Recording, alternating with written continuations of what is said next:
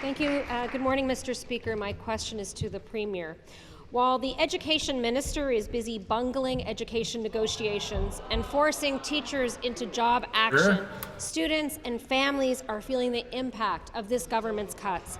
School budget cuts in places like Kitchener mean that schools that are already 600 students over capacity are now having to force kids into even bigger classes with fewer teachers. Mr. Speaker, with teachers taking action to defend public education against cuts, will this government stop their spin, stop the attacks on teachers and education workers, and reverse their cuts? Hear, hear. Government House Leader. To the Minister of Education.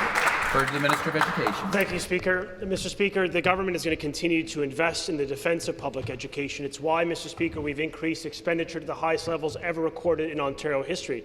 Those parents, I agree, they seek an investment in their children's future, which is why we put more money in the system than ever before. Those parents also seek predictability. And the question for every member of this legislature is that they stand with parents, with the government, to say to unions to cease from escalation, stop hurting our kids, and start keeping their focus on getting a deal at the table. That is the question. And my suspicion is there is not unanimity of purpose on that question. Our aim under this government is to keep kids in class, to get good deals, as we did with QP, that ensure that children's education is never compromised in this province. Supplementary question. Mr. Speaker, well, if that's the government's aim, they're doing an absolutely terrible job of it.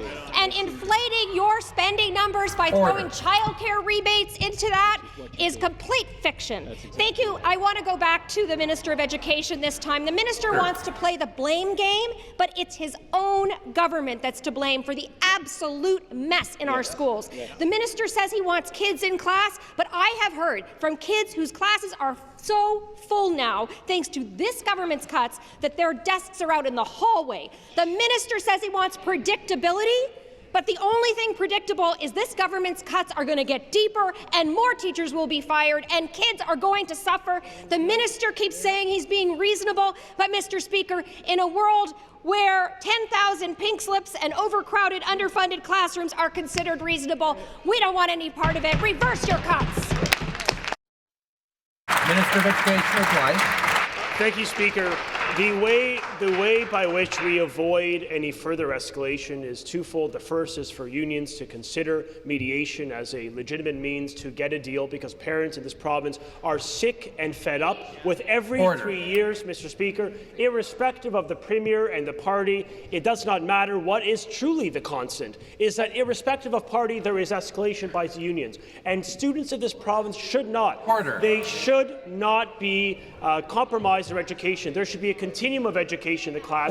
We should be able to get a good deal for all parties to keep teachers in class, but most importantly to provide predictability for the parents of this province so that every child in Ontario is able to get an education every single day this year.